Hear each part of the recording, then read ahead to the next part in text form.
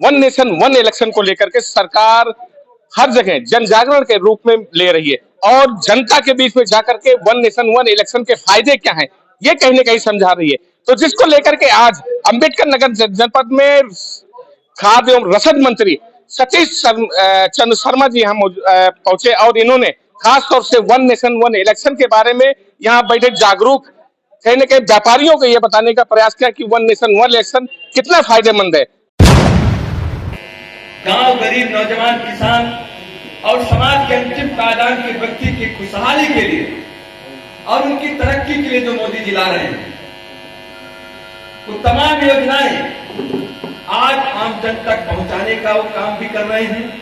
और इसके साथ साथ चाहे वो हर घर में गैस कनेक्शन, बिजली कनेक्शन, शौचालय, आवास, किसान को किसान सम्मान निधि, निःशुल्क राशन जैसी तमाम योजनाएं जो है वो समाज के सभी तबके तक वो जो पहुंचाने का जो काम चल रहा है वो अपने आप में अभिनंदनीय है। देश के विकास के पथ पर प्रशंसा करने वाला है।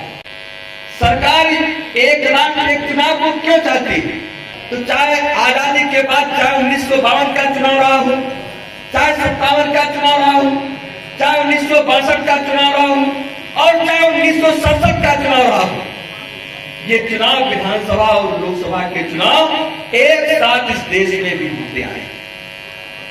और अभी जो बीता लोकसभा चुनाव हुआ इसमें भी कई राज्यों के चुनाव लोकसभा चुनाव के साथ ही हुए। तो ये कोई नया काम नहीं, ये लगातार पहले से होता आया है। उस काम को सरकार आज आगे बढ़ाना चाहती है।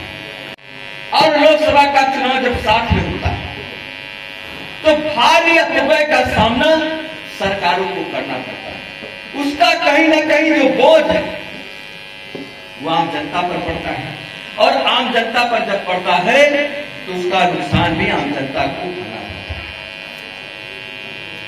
जो आर्थिक रूप से जो अपव्यय जो होता है वो हजारों करोड़ रुपए में, उससे तमाम विकास की योजनाएं, गरीब कल्याण से जुड़ी योजनाएं हम आम जनता तक पहुंचाने में सफल हो सकते हैं।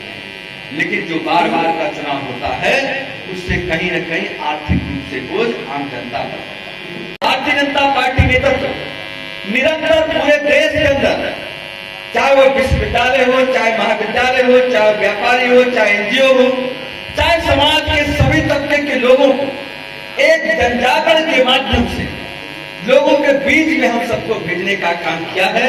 उसी के क्रम में आज हम सब टांडा नगर पालिका परिषद में आज यहाँ पर हम सब आए हैं।